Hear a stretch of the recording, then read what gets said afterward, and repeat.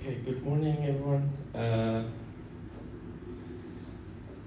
think I would like to continue the chapter 4. So uh, there's one example. Okay, after we get into the torsion theory, some summary of what it is, and basically torsion is it has similarity with the axial deformations. Okay, so if in the axial deformation we have the elongations, the displacement, and in torsion we have the change in the angle, and then how much it will be twisted. Okay, so basically we have some of the examples here, which we are going to uh, use all the torsion formulations. For example, how to find the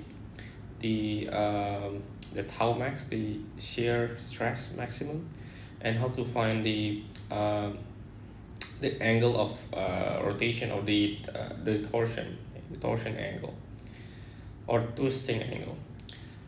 Okay, and another example here is if we have some sort of uniform shaft that is going to be having some external torque, and it is uniform distributed. So in every part of the shaft it will have the torque, so it will be having on all the, so it's distributed uniformly along the axis. Okay, so along the axis, and suppose that we have some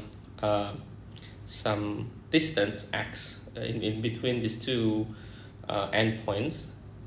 We need to express the tau max, the shear stress maximum, and then express the total twist angle. Okay, how much does it going to be described from the formulations. So first, if we want to describe the tau max, then perhaps the best way is, so if we take the free diagram, so if we cut on at this distance x, okay, and then we are going to have this L minus x as the result, okay, from the of the axis, the distance, and then suppose that we have the T0 as our distributed external torque or moment per unit length, as I mentioned in the information given. So first is we can take the moment, let's say with respect to x, which means that perspective on the endpoints. So let's say this is going to be 0, and because there are no other external force or external torque, then we could see that the torque will be equal, so as a function of x, and then as a using the right hand rule. So you use the right hand, and the axis goes there, so this will be equal to, or this is supposed to be minus the 0 because it's per unit length, so we need to multiply with the length to make it torque. So these need to be equal, so they are going to be cancelled out each other. So we can write also this dx is d0 L minus x. Okay, so we have this expression, and then the tau formulations, the tau max is basically the T max and then the radius, because it's on the outer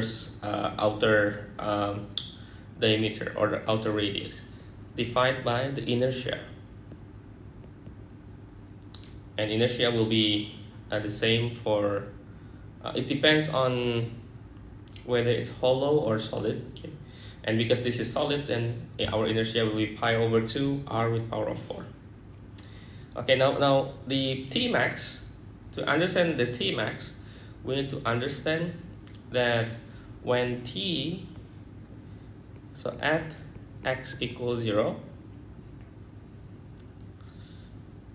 we are going to have the maximum shear stress, or the tau max. Okay, so we can have the tau max at x equals 0. Okay, which means that the length should be L.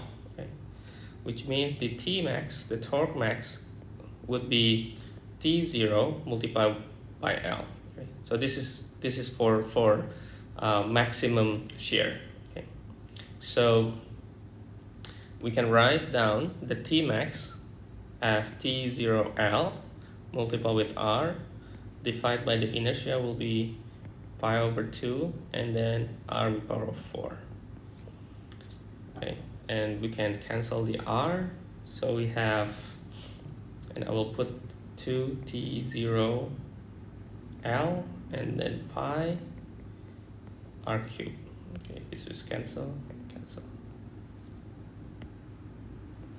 So this is the tau max. Okay, now the torque twist, or the twist angle. So this is for A. So for B, we have the formulations. Since we are going to evaluate from 0 to some length L, so our integration will be 0 to L, and our function is t of x dx divided by g and then inertia. Remember that in axial deformations you have these formulations F, L, A, E. So it's actually very similar in terms of how the formulations works. So in elongation we have the axial force. In the twist angle we have the torque. Okay? So the force is equal or equivalent with the torque, and then we have the length L, and this is if this is going to be the max, it should be L.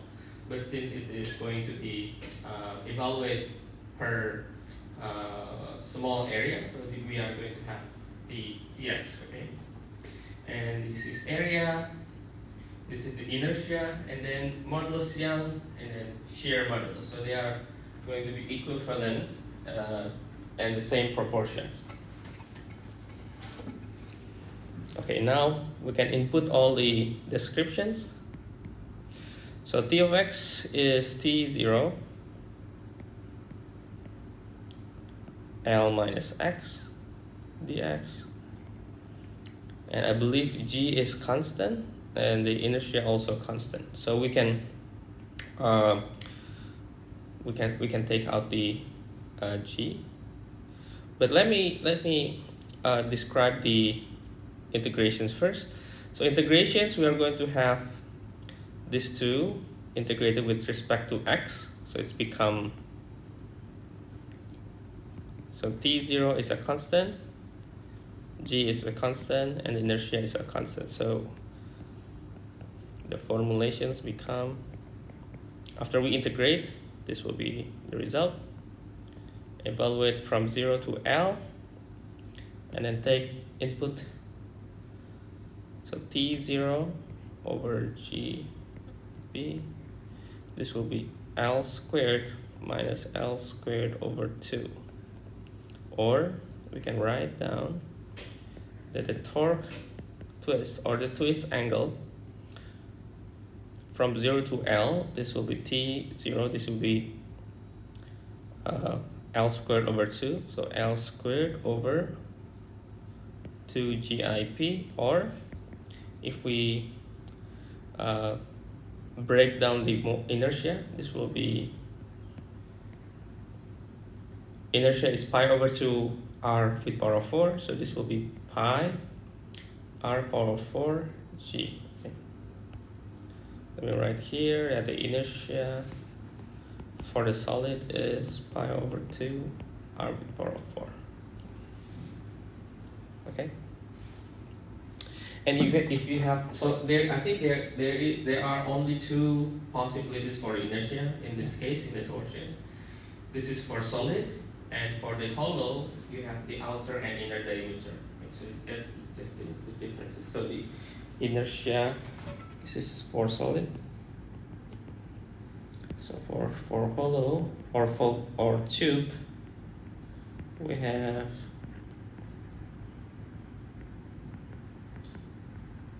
that formulations. So outer and inner radius.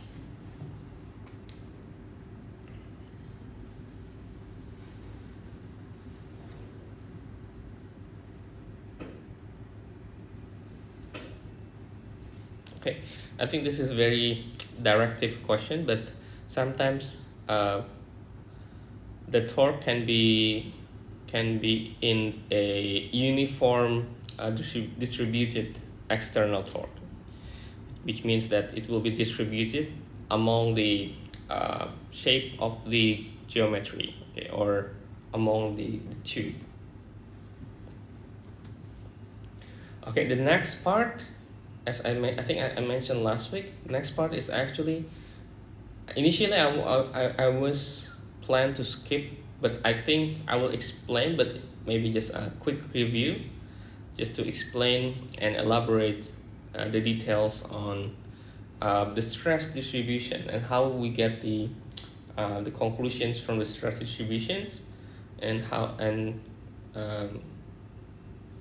if you're interested, you can apply that as well in other courses, or if you're interested in the mechanics of it, you can learn more about what we call the Mohr circle. It's actually how the shear and stress will be related. Okay, let me go through the stress distribution in circular torsion bars. So suppose that we have this this bar, we have external torque, and we define some angle in between. So when we give the torque, okay, and we cut the bar, and the cut is at the angle theta, incline it at the angle theta with respect to the cross section. So cross section is over there. So we take the cut on the area A, and we have the this result for the cut. So then the shear will be in between the sides. Okay, so that will be the shear of the element, and then we can make it into the state of stress, what we call the pure shear element. The pure shear element. So this is the state of stress for pure shear element. So notice that we have n is actually from normal, the normal part that is going out from the plane, and we have the angle, and we can transform between the cosine and sine.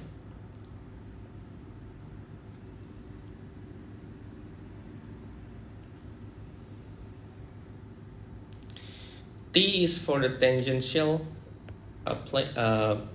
tangential the plane. Okay, so this is tangential, this is normal. So it's tangent to the cut, and n is normal to the cut. Okay,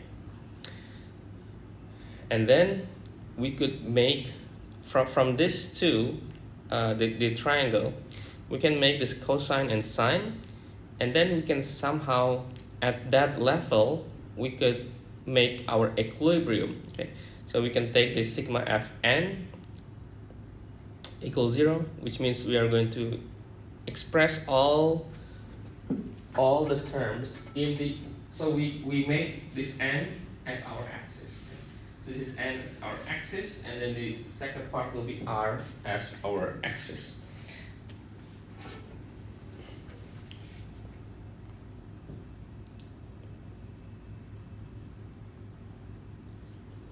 So we could, or perhaps maybe better, this is not R, maybe better to express at T the same.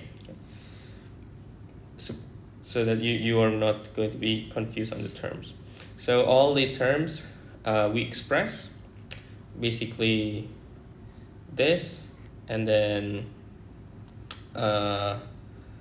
this part, and then make it to the n axis, so we need to multiply with another sign, and then this also, and then we need to multiply with cosine, so this could be into the n axis, and then at the end we have this expression. Okay. And then the second one, the shear also the same, make it into the t axis, so we may have the this part. Okay. Now this is by double angle formula. Sine 2 theta is equal to sine theta cosine theta, and then cosine 2 theta is cosine squared theta minus sine squared theta. We get the simplification of our, so this means the sigma n means this is the stress on the normal axis or parallel with the normal axis. This shear, so parallel with normal. The shear and T is basically the shear that is parallel with the, so if we could see here, this part here, it is actually shear of the n but parallel with the t-axis, but parallel on t-axis. Okay. And then how much we have as a maximum compression and maximum tension. So that is going from if we take the let me take it from here. Okay, so the theta max for the sigma n, okay, if we have the sine 2 theta, then if theta is 0, then it will be 0. So if theta is 45 or pi over 4, so if theta is pi over 4, the sine will be maximum, right? The sine 2 theta will be 1, okay, so it will be max. So the sigma n has maximum magnitude for theta plus minus 45 degree or pi over 4. But the shear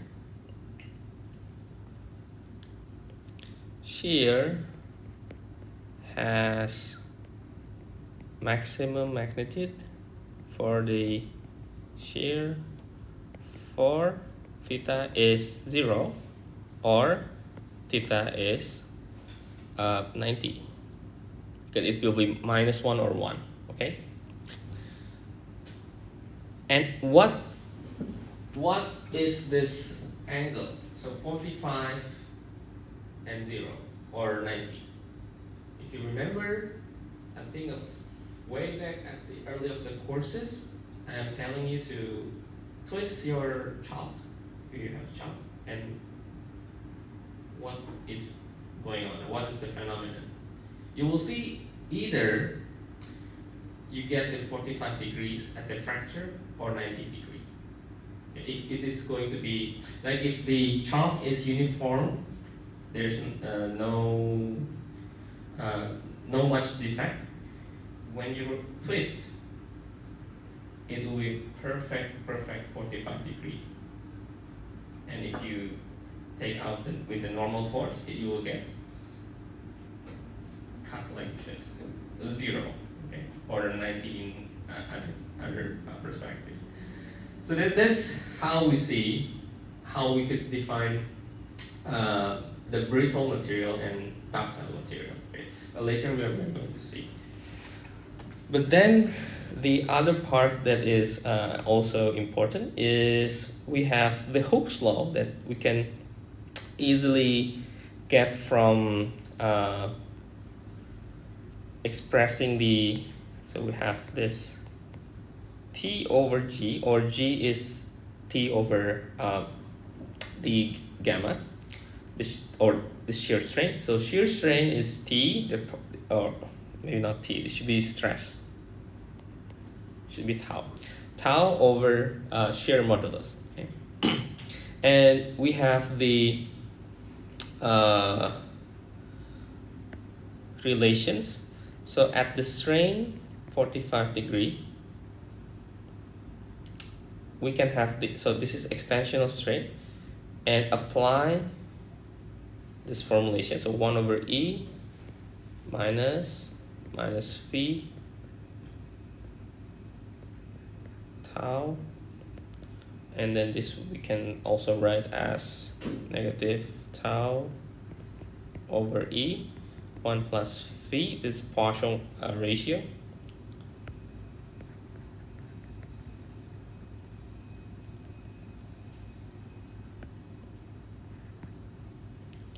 And for the negative 45 degree, it will be similar, but it will start with the positive minus, and result is a positive. Okay.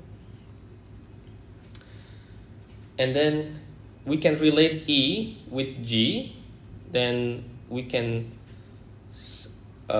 get simplification, and we can write this. Okay.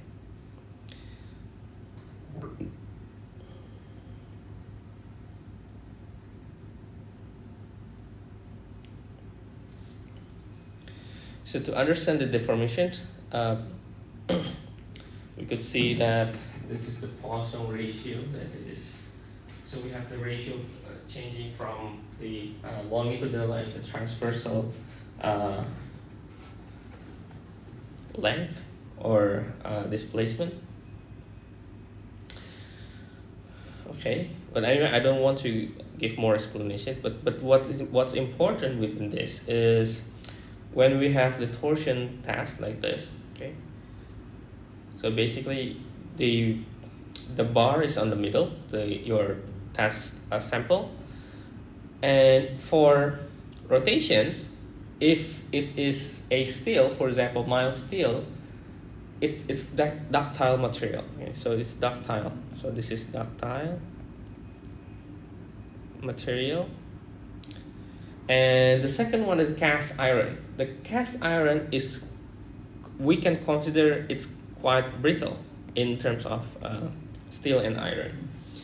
We are going to see there are difference, and based on the degree they are having in the fracture, my conclusions is that, let me write the summary of what this is, that the brittle materials are weaker in tension than in shear, while ductile material are weaker in shear. Okay, that's a conclusions.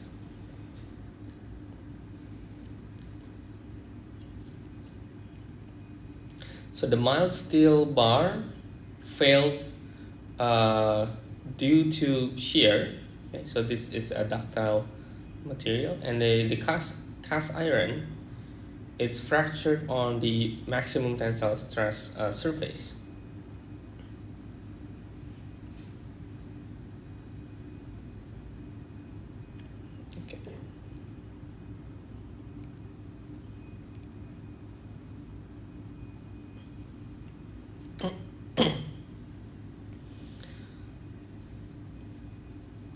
Okay, I will have just one example to show you this maximum stress applications, and then we can move on to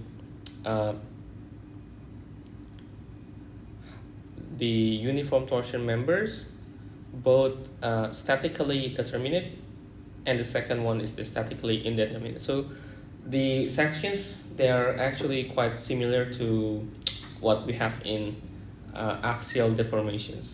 So in axial deformation, we have the statically determinate, and then the statically indeterminate. In the statically indeterminate, we can have two perspectives. We can have a basic force method and displacement method. But I don't want you to worry about the terms, the definition, which one is the basic force method, which one is displacement method. At the end of the day, the way you are analyzing, you are going to work on, for example, if the force is well known and you have the displacement or elongation system, then you can substitute all the parts and then solve the system of equation. You can either solve the displacement or elongation, or you can solve using the force. So it should be, both ways should be having the same conclusion at the end. Okay. The differences is how we start the equations. Okay, that's just the difference. The process and the result should be going to the same route. Okay, same route. Okay, let's have one example through here. So one example is we have a torque tube, and this is not in the standard unit. So this is more likely American unit.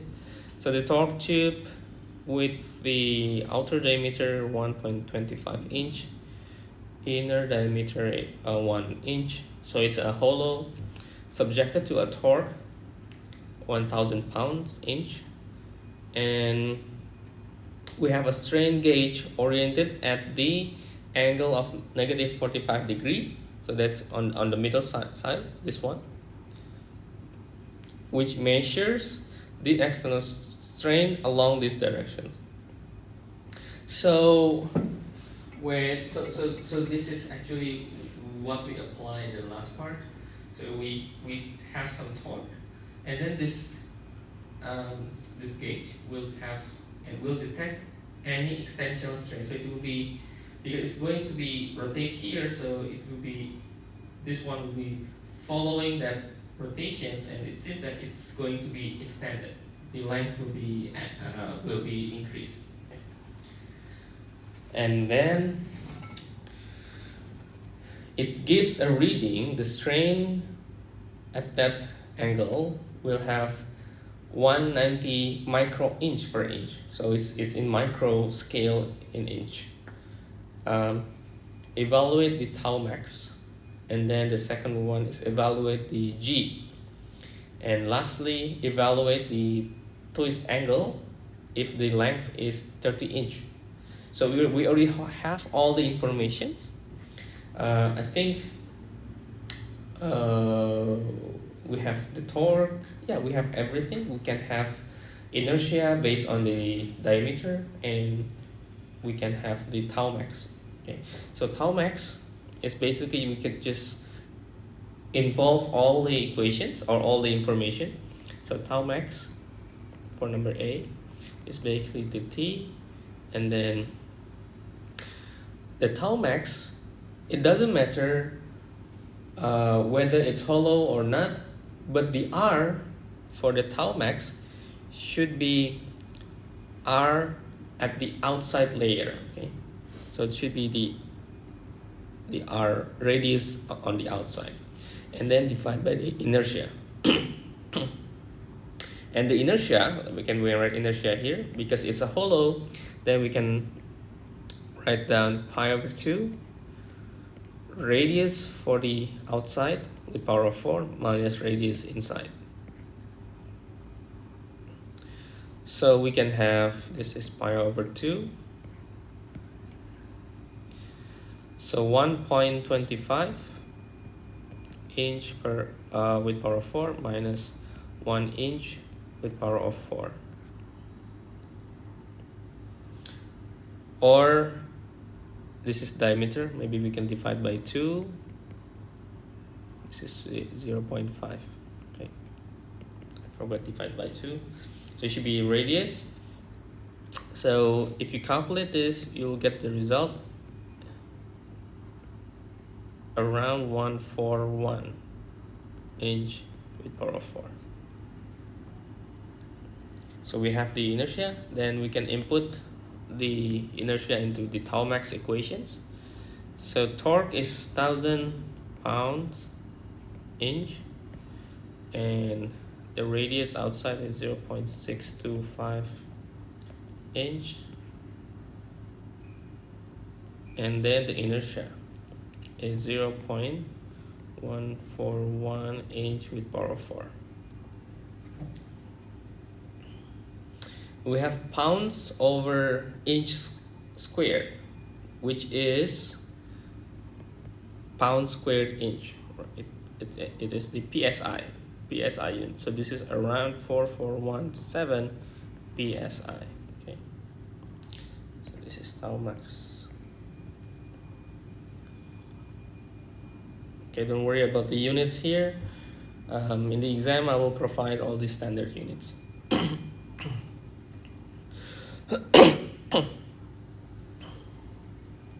And then G,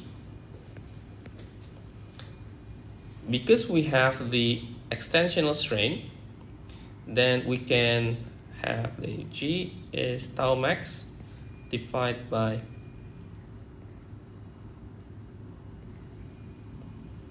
two extensional strain. Okay.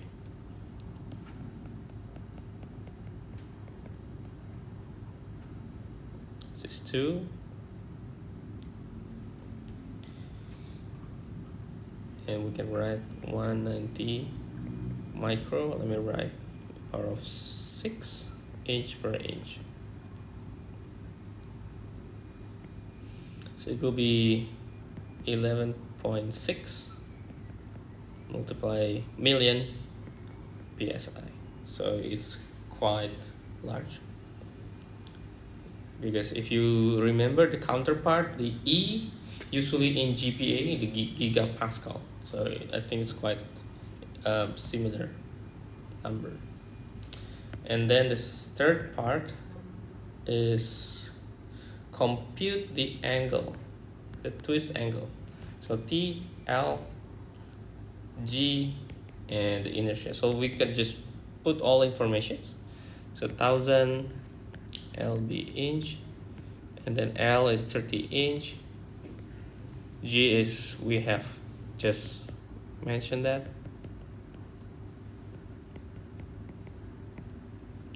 And then inertia.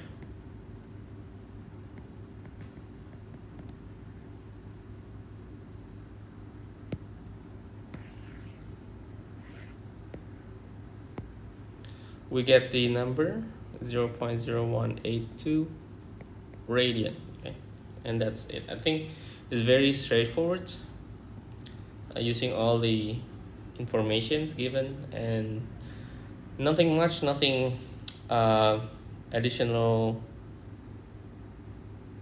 diagram or any other observations. It's just straightforward questions.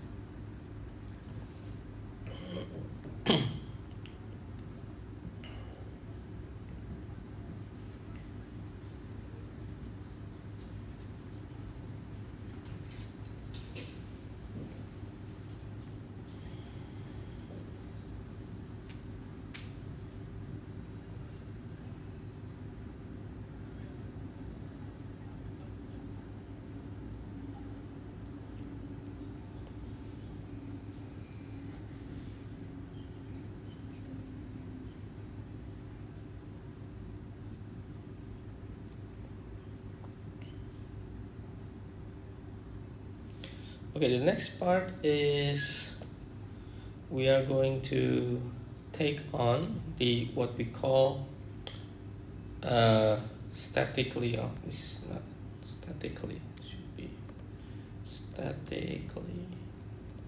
statically determine assemblage uniform torsion members. So similar to what we have in chapter 3 when we deal with the axial deformation, we are going to describe the elastic deformations of the uniform elastic and axially loaded element. But now we're going to have linearly elastic, let me write linearly elastic behavior of a uniform torsion bar. Okay, that's the assumption. So all the informations will be assuming that it's going to be linearly elastic.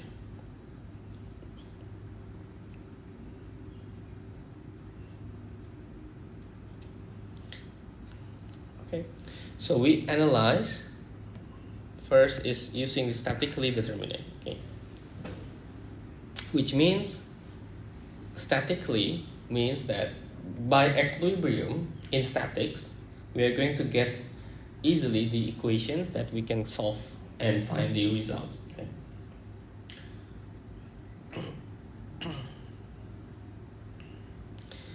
We can start by taking the formula.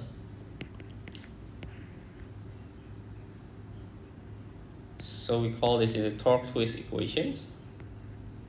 If there are more than one element, we can have this given I, just to note that it can be more than one. Just like in the axial deformations, you have elongation 1, 2, 3, and then you can have the total elongations. And then sometimes we can write the angle similar to in axial deformation. We can write with this small f, ti, where the f, ti is L over GIP. Or we can write with k,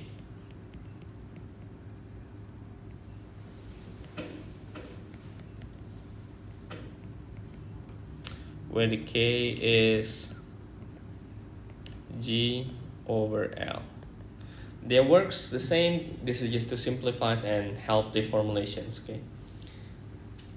But what I want you to do is focusing on the twist angle formulations. Okay, because they are very similar to the axial deformations formula. Okay, just some example here.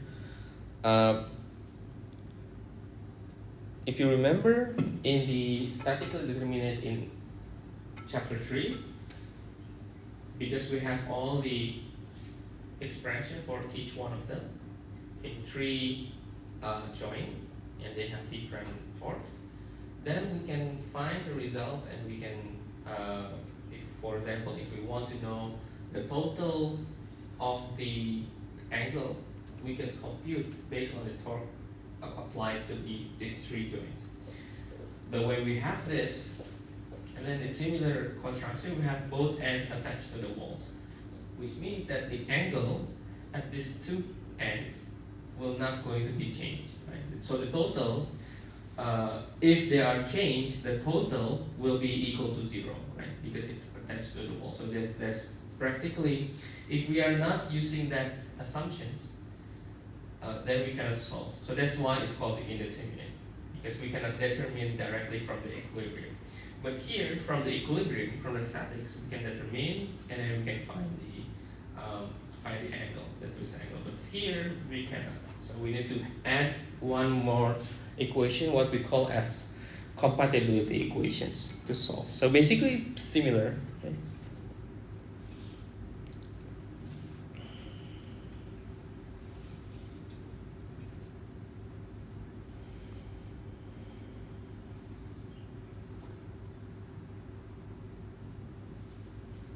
Okay.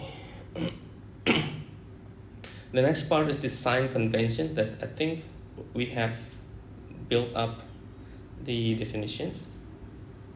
So sign conventions is first is we need to establish the right hand rule.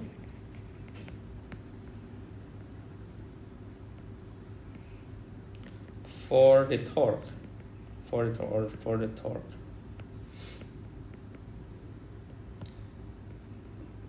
The torque that acts on element and for corresponding angle is psi. Okay. And then when several elements they are forming some assemblage, like we can put one another, we can make like a Lego. Then we need to have we need to decide the sign. Okay. So when several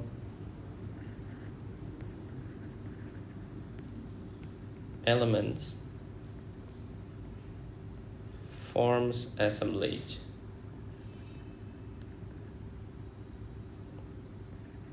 sign convention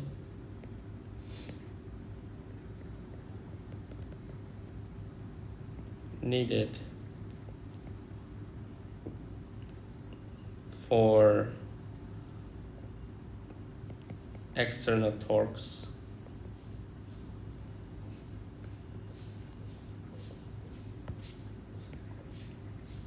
and nodal rotation angle.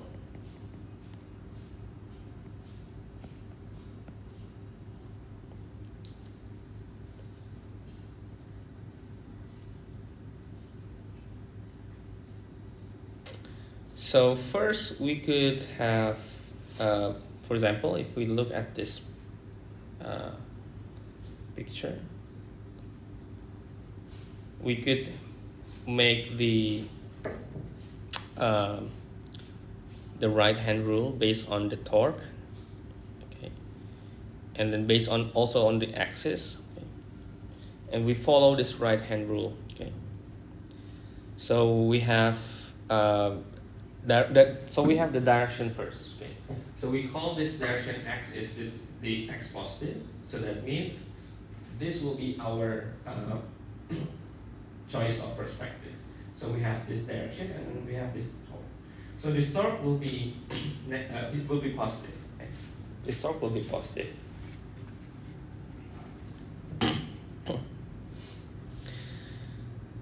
Okay, I think we can use this for our example. Okay? Because the difficulty later when you have the sign convention, when you deal with the cut in between the elements, you have the external force, but you also have the internal torque that will be reaction force that will cancel with your external one, and then you need to decide where the rotations will be. Okay.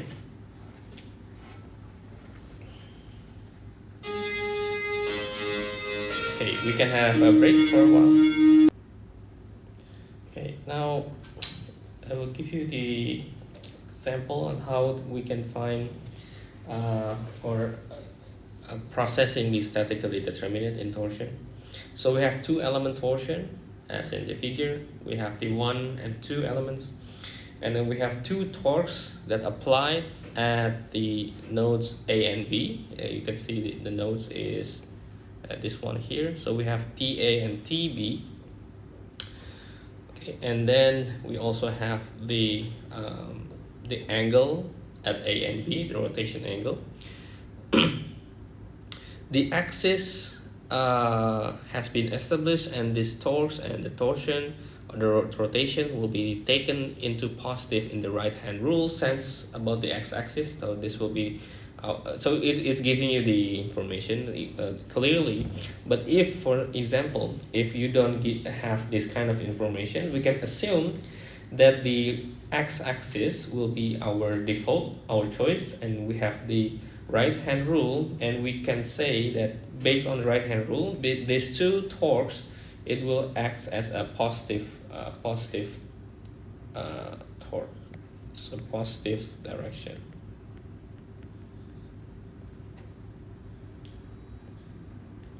So first is we are going to to cut this open, okay, and I believe we are going to cut, since it is attached at C, so I will not going from that C. I will take the element 1 out, so I will cut here.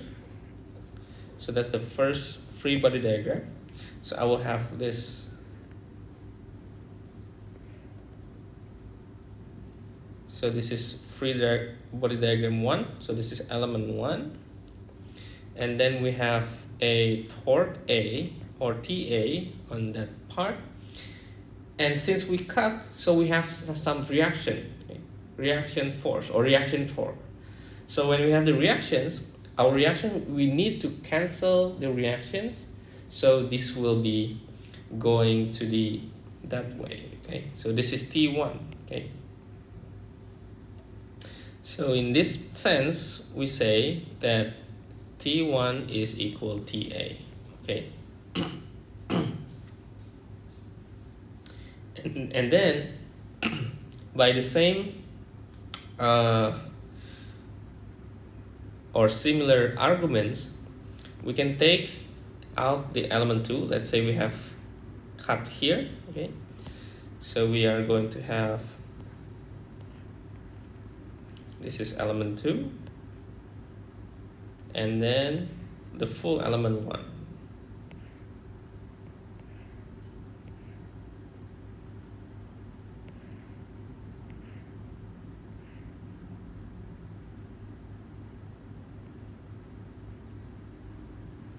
Okay, so this is 2, this is 1, and this is TA, this is TB.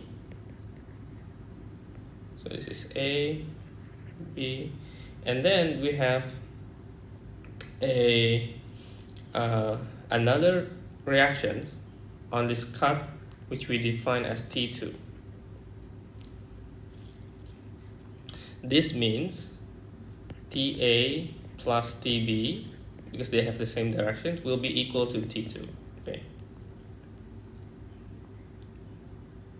And of course, this is the equilibrium. Sigma moment on X will be 0. So we have these two equations.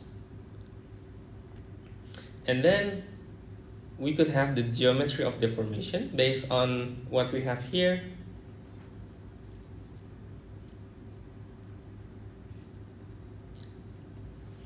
From the first one here, we have, since we have the deformations on A and B because of the torque, then so let me write here geometry of deformation.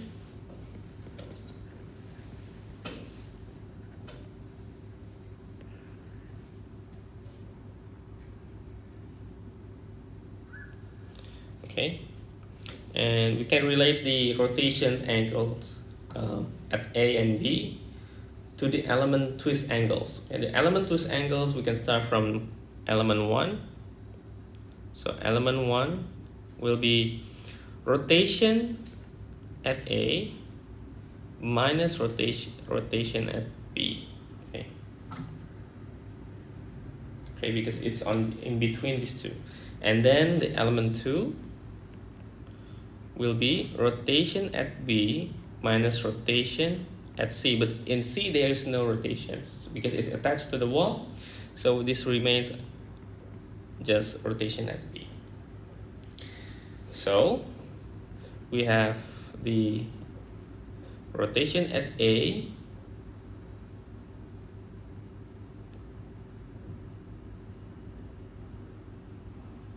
is, we can substitute rotation B with 2, so rotation A is rotation 1 plus rotation 2, and rotation B is rotation 2.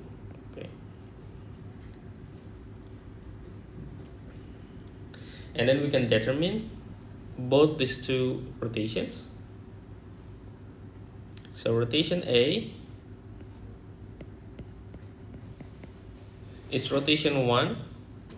Rotation 1 is we are using the torque 1, and then L1 divided by G1, and then the inertia at 1,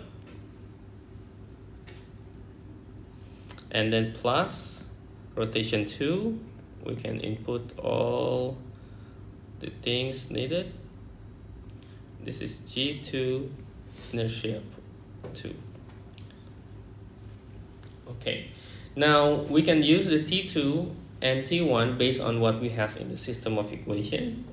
We can substitute. This become TA, and then this is L1, G1, and inertia.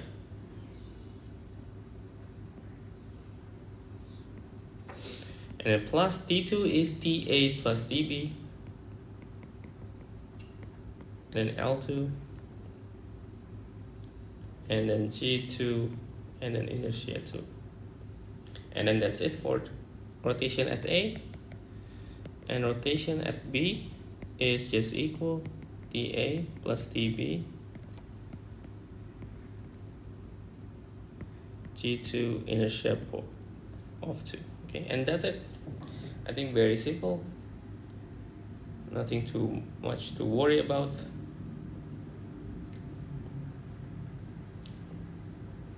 Maybe let me explain in another example that is more straightforward, has all the expression, has all the information and numbers, so then we can have much more idea on what this is about. Okay.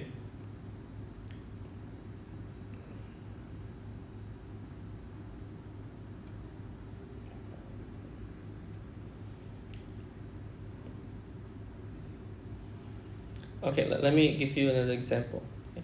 So we have this example here. We have steel shaft AC subjected to the external torques at B and C. So basically this is the same conditions from the previous example. We have torque on both B and C, and then it's attached to the wall. And we have the shear modulus for the steel, and so they have the same element, so they have the same shear modulus. And then we have diameter element for 1 is 2 inch, and for 2 we have we need to I think we need to find. Okay. So we need to find the diameter 2 such that the maximum shear stress, it should be not exceeding the allowable shear stress, which is 8 KSI, and the total angle of twist doesn't exceed the twist angle allowable, which is 0.06 radian. So again, this is going to be all the combinations in what we have done previously, especially in the stress and strain in chapter 2. This will reflect in, so what you have done in chapter 2 will be reflected on all the chapters. So the design, how to relate the safety factor, allowable design, something like that. It will also repeatedly will be questioned. Okay, so you are going to be asked on those cases or conditions.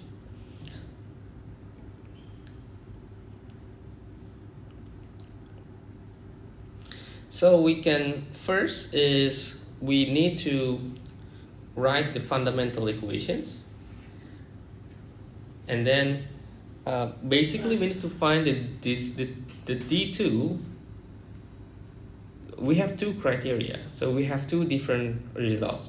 The first criteria is we have the max shear stress criteria, and then the second one is the max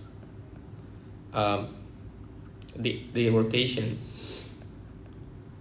criteria. Okay, so either way we are going to find the results, and we can compare. Okay, we can compare which one is the best one. So first is basically starting off with the free body diagram, which is the same as we did previously.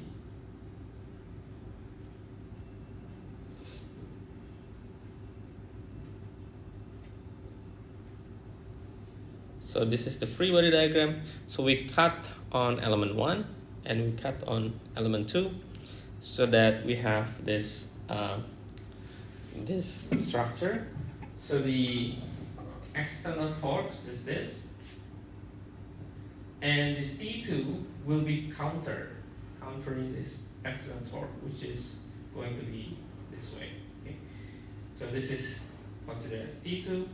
This is counter of this, and then this cut here, the T1, is countering these two external torques.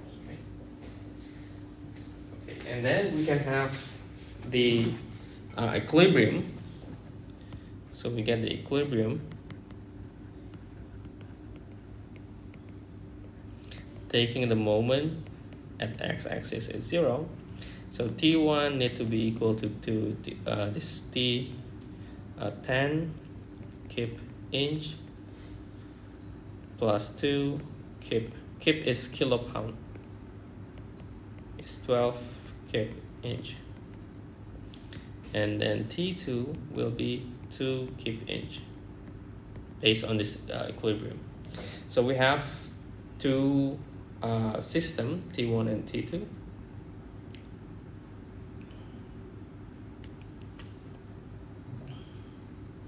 Okay, and then we can write the twist angle formula. So this will be T1 L over, or L1 pi G, or this is G inertia, and for this 2 will also the same.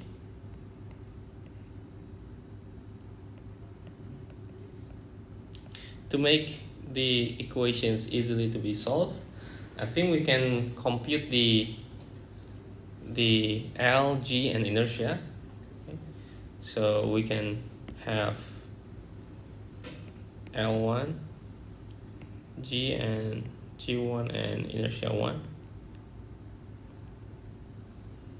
So based on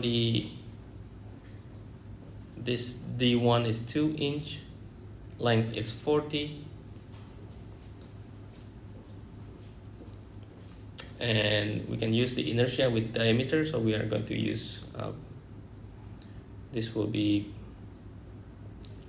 2 with some power, 2 multiplied 2 with power of 4, so 2 power 5 is 32 L1, and this will be G. G is the same with 1 and 2, and or maybe let me write pi G, and then D1 with power of 4, and then the L2, G2 inertia 2, this will be 32 L2 pi G and D2 with power of 4. This is the one we are looking for, right? Okay.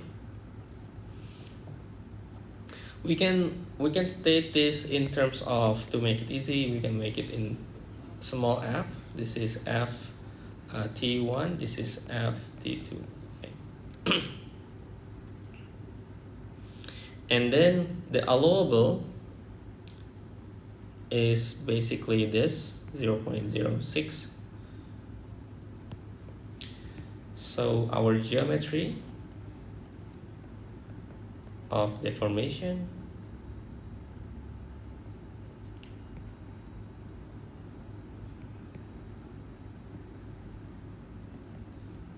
this will be rotation 1 and rotation 2. This should be equal to this, the maximum one. Okay.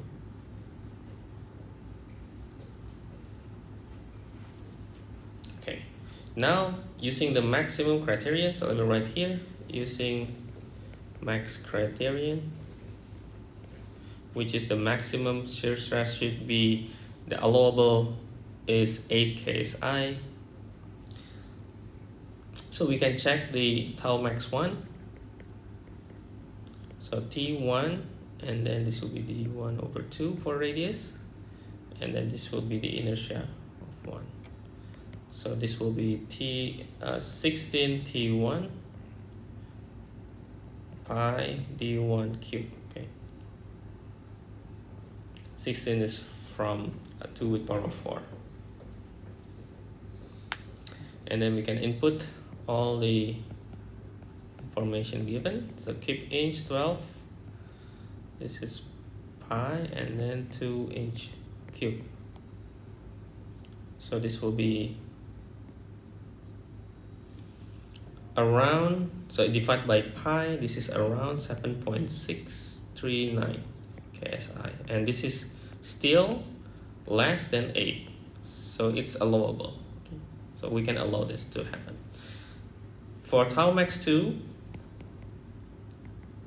this will be T2 multiplied by D2 over 2 divided by the inertia of 2. So we have 16 over T2, and then pi D2 cube. This is at least should be equal to sigma allowable, or perhaps they need to be less equal. Okay, less equal of the allowable.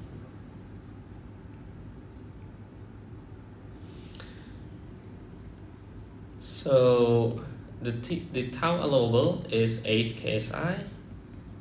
So let's input this 8 so that we can get how much diameter that we could have. So the D2 will be 16 T2. This is pi, and then the tau allowable 1 over 3. So we can input all the stuffs here. This is 2 keep inch. This is pi and 8 KSI with power of 1 over 3. And we get that this is should be at least 1.08 inch. So this is if we are using the max criterion. So let me mark this as our proposal 1. Okay.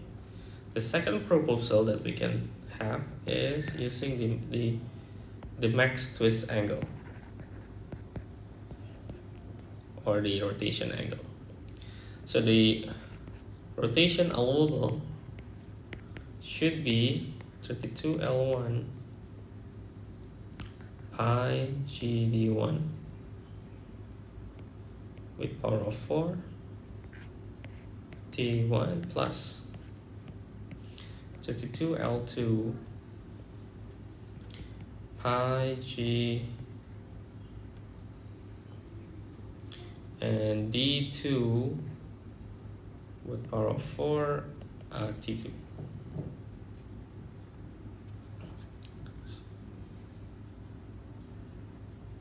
Okay, and then solve for D2 using the sigma allowable as 0.06. So we can write here, after we make some substitutions, this is going to be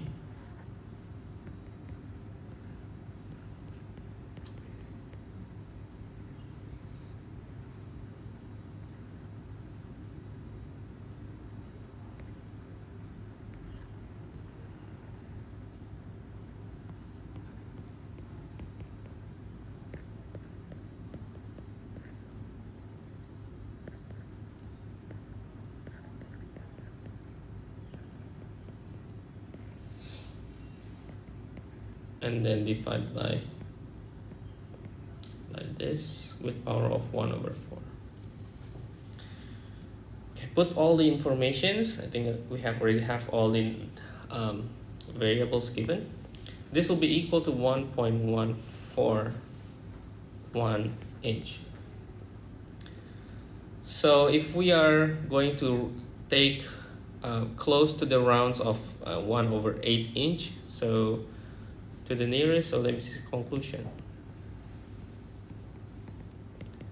To nearest 1/8 inch, the D2 should be greater than both criterion from max criterion and the criterion from the angle.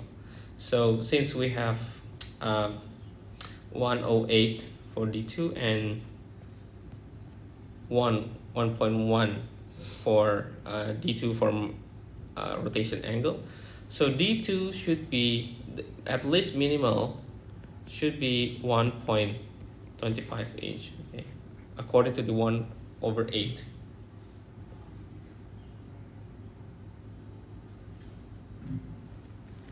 Okay, why the conclusion we have 1.25? Because we need to close the decimals on 1/8, which is 125. So we need to get around on that decimals. So we need to make sure that the D2 at least we have 1.25. Okay.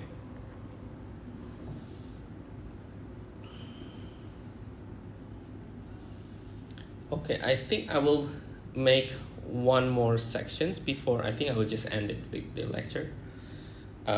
Just one more sections on the indeterminate assemblage.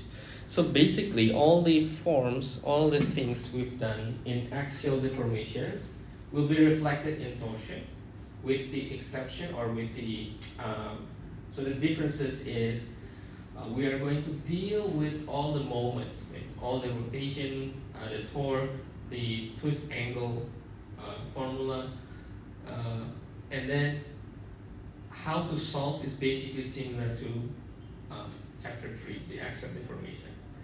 So we have to take the equilibrium first. If we take the equilibrium, decide, since we have the external torque, we need to decide which one is the internal torque and what is the rotations looks like. And basically that's it. We have the equilibrium, we have the rotations angle formulation, and we can get everything. We can get everything. And sometimes we have the geometry of deformation. Okay, that is in for the determinate structure, it is applicable and already defined in the structure. But for the indeterminate, we need to make assumptions and make some additional equations to solve the problem. Okay. Now the statically indeterminate, for example, if we have this, okay, if we make the free body diagram, okay, if we cut all the join all together, we can have this cut, okay? So we can cut at least 4 pieces, okay? So the nodes on A, we can cut that as it is, and then cut in between the element 1, and also cut in the joint B, and then cut in between the B and C, which is element 2, and then cut at the joint C, which is going to attach to the walls. So the problem will be having the same problem here. So they both attach to the walls, very similar to what we have in chapter 3. Okay. So from here we get the reaction torque, which we could see from this part here, the TA from this part.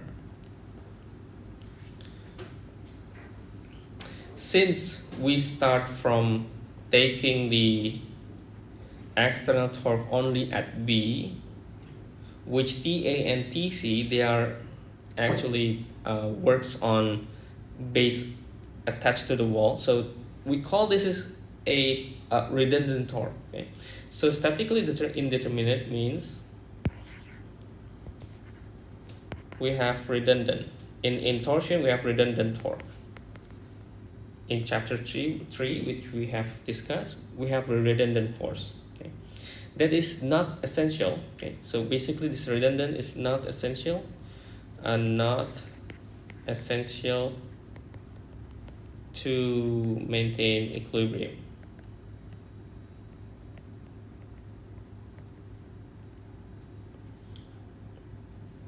So if we look at the structure here, then the T1 is basically negative TA, or TA is negative T1, and then TC from this part here is equal T2. Okay.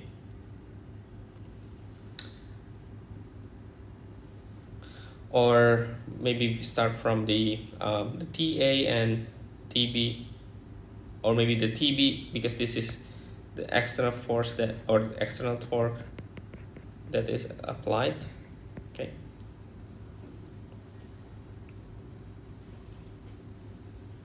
So this is external torque at joint B, and T1 and T2 is internal torques. Okay, so this is internal torque.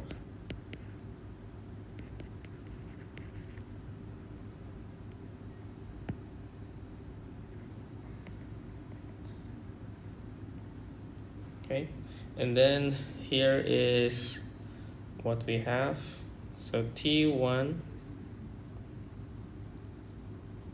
or maybe let me write here, T1 minus T2 is equal TB.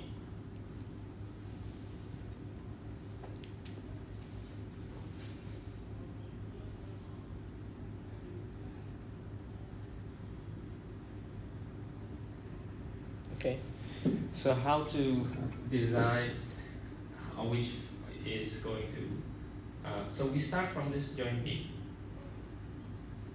So from here, we need to decide the rotation of other internal torques. So when it's going here, this is going to be counter. This is also going to be counter. Okay? So it's actually the, if we have T1 here, and then we have the T2, this will be, so the subtraction between those two will be taken to the external torque. Okay, now what's the problem here? Okay, in the statically indeterminate, we cannot determine. Okay, so then this also a problem in statically indeterminate. We cannot determine two element torques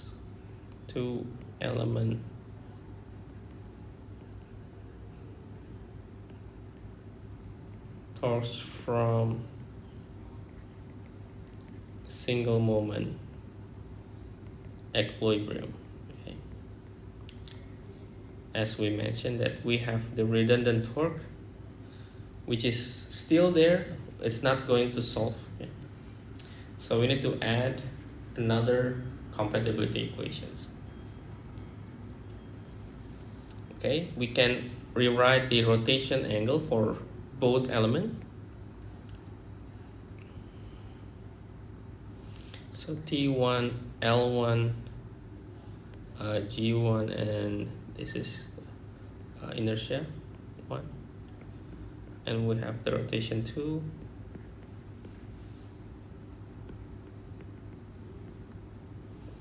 And then we need to add the geometry, or let me write here, it should be up here. So geometry of deformation.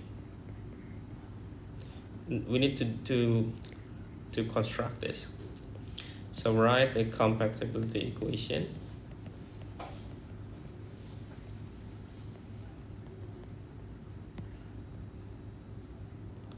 Which, because they are going to be attached to the wall, so the total of the angle will be equal to 0. And because this is going to be added into the system of equations, then we can solve this. So basically we can connect this to what we have.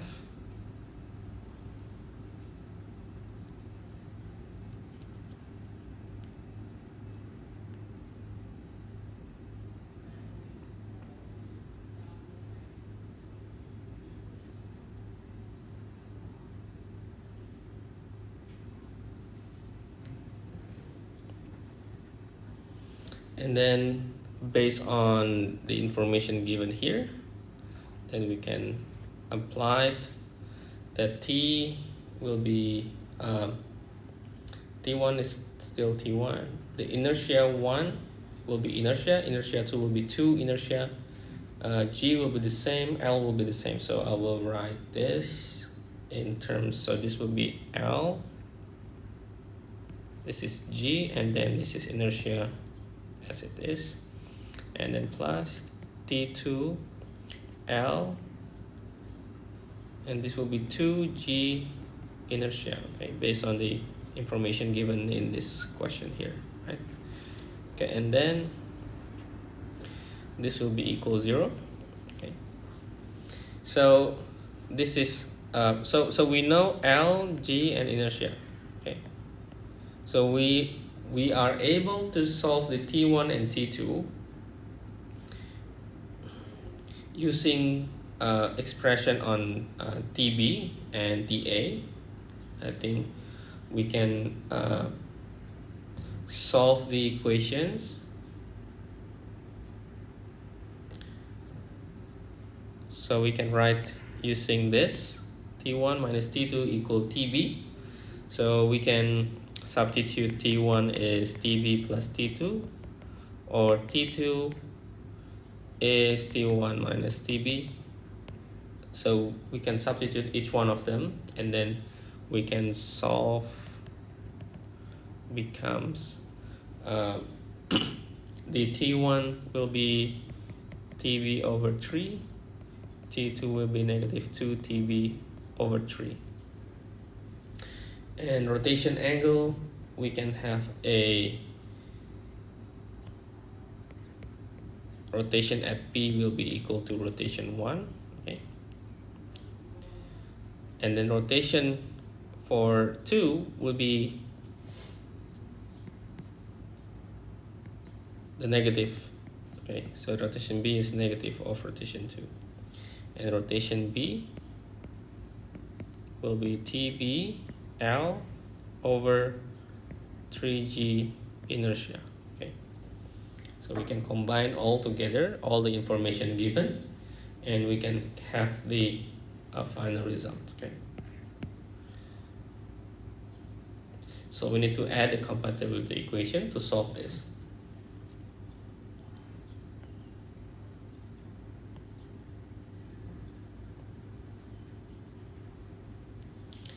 So this is what we call as a basic force method. So I think this is the last part for today's class. So basically, we set up the equations, and then solve the unknown torques, and then solve the rotation angles. So we can start from the equilibrium, taking the sigma moment equals 0. We can write the torque twist equations, and then we can add the compatibility equations, and solve the equation, solve the system, and we get the torques. Okay, so I think that's it for today's class. I think let me give you.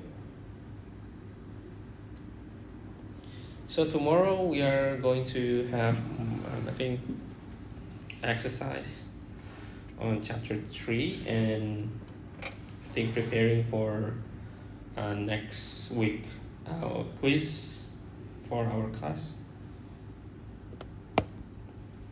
So I think we can end